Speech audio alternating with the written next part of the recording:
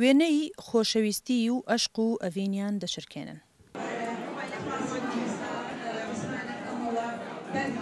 دنیا و سەباح وێڕای ئەوەی دوو هاوسەری ناگفتن، بەڵام گفتی خۆشەویستی و ژیانی ئەبەدیان بە یەکتر داوە.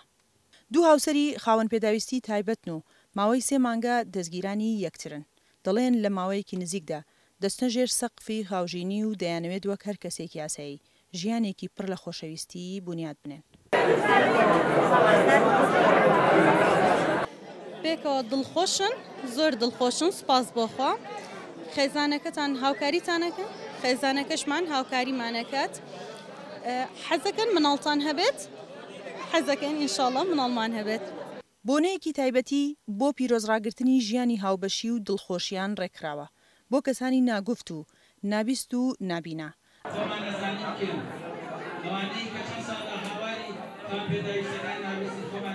بەخوا تۆ مەبەست ئەو کتێبە نییە، چییە لەگەڵ تابیڕێ ئەو کتێبەکەم هەدا.